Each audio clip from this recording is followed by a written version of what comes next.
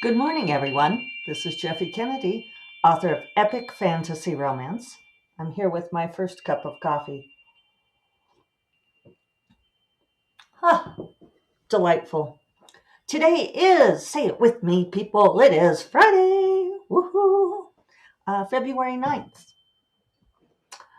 And yeah, was talking with a friend of mine, and I'll just out her, CM Niscosta, who posted a TikTok reel, what have you, short video yesterday on her pretty new special editions for ApollyCon and a couple other conferences. But she started talking about saying how it was already 8 days into the new year and XYZ moving books around, all this kind of thing. And so I messaged her and I said, "You do realize that the new year does not start on February 1st?" And she said, "Yes, it does." That she goes on a fiscal year of February 1st to January 31st. And she doesn't know how the rest of us budget January and figure out our ROI by not doing it that way. So, for the record, I do think she's crazy. Um, Taxes are still on the calendar here. But I do think it's an interesting point because it does bring up the fact that in doing author finances, in planning our lives and so forth, that we do not have to treat um, the calendar year as written in stone. Many corporations work on different fiscal years. I always found it confusing personally, but it's true. You can make the year be whatever you want. I think it's a little confusing to your readers if you go on and say that it's 8 days into the new year, when for most of us it is 39 days into the new year. But she can live in whatever universe she wants to, clearly. Good morning. So let's see. I have things to tell you all. If you are in the Santa Fe area or want to be, can arrange to be at the last moment. We are doing a panel tomorrow at Beastly Books. The delightful Vela Roth is coming up from El Paso and will be here in person with me. And then online from the other side of the world, we will have AJ Lancaster and AK Mulford. We are going to be talking about our romantasy era, like we are Taylor Swift. I did not come up with that title, but it's cute. Of course, romantasy is the very hot portmanteau word for what we write. I've been noticing that, like on the podcast, I still say epic fantasy romance, and I should maybe change that at some point, but I don't know. It's interesting because there are a fair number of people who find romantasy to be very cringe, mostly older, like my age, older people. I don't know if it's like the portmanteau nature. One reader complained to me, and she's a woman my age, a very smart professional woman, and she felt like it was taking the romance out of it. Um, I don't know. It doesn't bother me. But I think I'm more flexible about language than a lot of people. Anyway, the panel will also be online. We are going to be streaming. I had to look. It'll be streaming on Instagram Live right here for some of you who are watching on Instagram Live. Um, you all watch this in many different places. So, but at any rate, it'll be at 2 p.m. Mountain Time. So, yeah, it should be a fun conversation. If you feel like listening in, please do so. We may even have opportunities to answer questions and so forth. So, I've made a list today, aren't I organized? I also wanted to tell you that it's funny because remember to tell you all that we sold Italian rights on Onera on Monday, and people commented, made me realize that I need to keep up more on the news, the exciting news, because since then we also sold Russian rights to Onera. Yeah, isn't that great? It was interesting because Agent Sarah did ask me if I had reservations about selling to Russia, given how annoyed we all are with Russia at this point in time. And my nose is running. I had to pause there.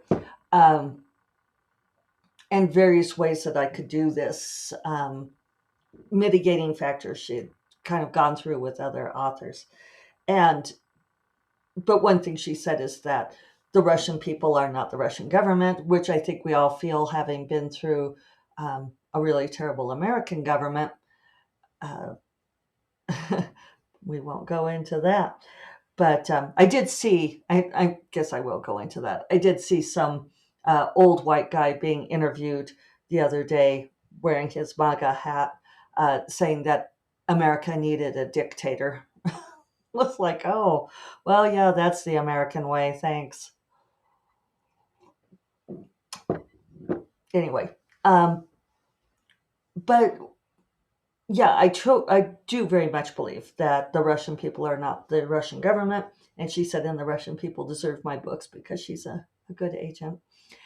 But the other part for me, and you all, most of you have not read Onira yet, but a big piece of it for me is that Onira is about the devastation of war in part. And it's about the lengths that decent people will go to avert a devastating war.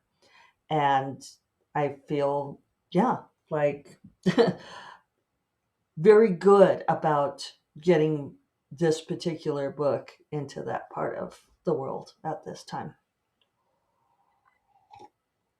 which is a great thing about being a writer, right? That you get to put that message out there. Uh, a little update on I talked on Monday about those horrible contest comments that I got, and people sent me very nice notes about it, and I appreciate it. Um, and I'm glad I said something to the contest coordinator about it, because those comments did get in my head. I've been thinking about them all this week. Like every time I'm going, just trying to write on the book that is now the First Order of the Fey Realms, I'm questioning my word choices because, I keep hearing that snarky voice saying, words that readers have to go look up. Uh, I've been seeing a fair amount of that. I kind of went to look for it and then I decided that's a rabbit hole I don't need. But I did see, like, in passing on Threads, which I am feeling like Threads is not a happy place. It's interesting because I know I'm going off on a tangent. I will come back. Um, I did post to Threads this morning, more than an hour ago, and said, for those of you noticing contentious content here in Threads, remember that Threads equals Meta equals Facebook, which was notoriously discovered to have elevated upsetting content to increase engagement. And interestingly, there have been like no likes on it in over an hour now, almost two. So I have more to say about social media, but yeah, I did see, like, going by a reader saying something like that why did there have to be difficult words in books, and that they didn't want to have to think while reading. And it's like, okay, there's books for all kinds of people.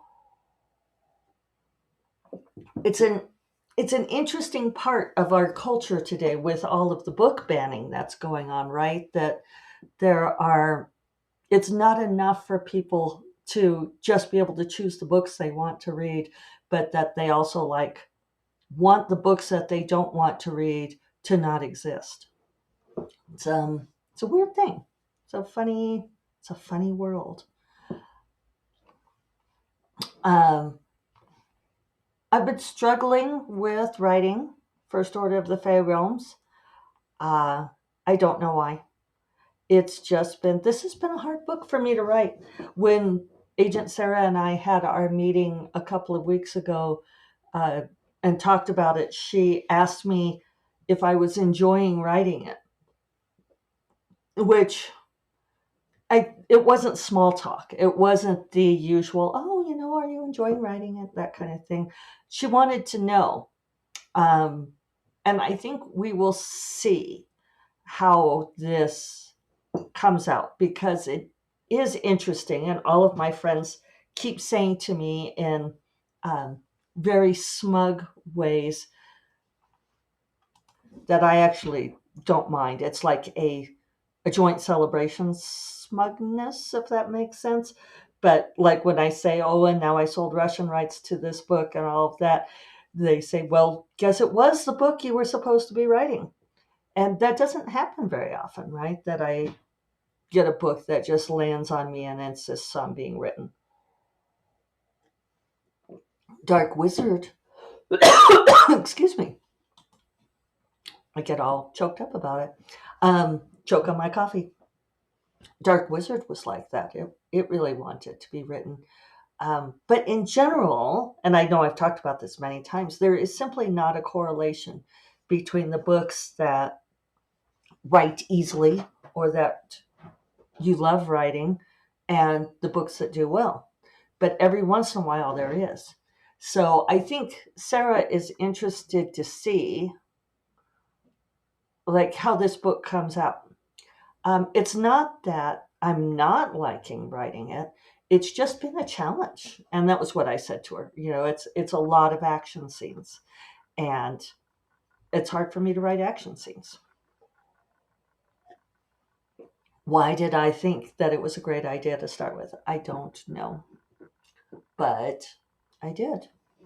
And that's a thing about writing too, is that you start out with an idea, and I know I've talked about this, but it's probably worth revisiting. That there's some good advice out there. I heard it from John Scalzi that you, in figuring out which ideas to pursue, that one technique is when you have an idea that you kind of play with it for a little bit and then you set it aside. And if you still remember it the next day, then you play with a little bit more and then you set it aside. And then it's there the next week and the next month. And I think for him, like he even went to like a year. If like a year later you still have that idea, because presumably you're working on other things. If you're a career writer, you're going to be working on other things and you can't chase the new shiny, right? That's one of the rules. And it's funny, I just sort of lost my train of thought there. I blanked. Um, I have been working hard on this book, and I think it is. I can feel a little bit of book brain going on, even though I've not got a massive amount of words this week. Um, it's clearly taking it out of me, so that's kind of a good thing. But anyway, he says like a year later, if it's still there, then it's maybe an idea with staying power, and I think that's a very interesting way to go about it. And it's interesting too for me that this is an idea that I had, I think, 2 years ago. Because I remember talking to Agent Sarah about it at our annual meeting, not last January, but the January before. So, yeah. And I had the idea, before that. So I've had this idea for a long time, which, I mean, it does have staying power, and she really liked it. So we've been going with it, and it got lots of interest on submission, right? Including from the film scouts. So I'm interested to see how it turns out. It's that ongoing observation, right, that I talk about a whole lot, that you pay attention to how your process works. It's different for every book. Um, and you just never know. You never know what's going to be successful. It's the unpredictability of the business. What you do know, and I think this is really important to keep in mind, is that the one thing you can control is writing the book. And when I say that, I occasionally have people push back at me and say, but I can't control even that. And it's like, well, control is maybe the wrong word. It is the one thing that is completely within your power, that does not rely on anyone else. And I totally get that sometimes it feels like you don't have a lot of direct power over how well the book writes or how many words you can write on it a day, that kind of thing. It's, yeah, that's the creative energy, what have you. Maybe it's there, maybe it's not. But it is the one aspect of the whole thing that depends on no one else, right? Uh, even if the self-publishers out there are wanting to jump up and down and say, yes, but I control the whole process. It's like, but do you? I mean, you still rely on software that belongs to other people. You rely on Amazon, right? You have all of these other factors, plus the readers, right? You've got the readers out there who like maybe don't want to have to look up the words you use. So there are all these things that are beyond your control. And I'm circling back around now to social media because social media is one of those things that is beyond your control. And I say this because, and I was talking with a couple people about it yesterday. We've both like looked at threads in the morning, which clearly I have to stop doing. And people were freaking out about the algorithm and the posts getting suppressed, and like how do we bump up the algorithm to get engagement. And some of the people who are talking about this are Instagram influencers, right? Or threads influencers, it's the same thing. And see, aforementioned threads equals Instagram equals Meta equals Facebook. um, so yeah, there are people who are trying to make their living off of this, right? uh, Same with TikTok, right? These, they build up these big audiences and then they get paid to influence people. And I even saw one creator saying, well, that they'd had a call with Meta, and because they'd reached out to her because they care about their creators. And I was thinking, no, they don't. They don't care about creators. They care about their program working, and they care about making money. And the, the rest is incidental. If they feel like you're doing well for them, then maybe they'll like you better. But this whole idea that they care is not true. And the algorithm, this whole thing around trying to manipulate the algorithm and people freaking out. I mean, really getting emotional about, how many people are seeing their posts and the insights and all of this kind of thing. And to me, it's like, it's the new superstition, right? It's like these are the kind of tangible gods of our era who can either give blessings or curses, and you might as well sacrifice a dove to Mark Zuckerberg for all of the good it will do you. If you are an author and you are spending time and energy worrying about your social media influence, then I urge you, not don't just let it go. It is in one of those vast realms of things that are not within your control. And doing these modern superstitious practices of like trying to weight things so that the algorithm will work with you, it's not worth it. You know what's worth it? Spending the time and energy on your writing.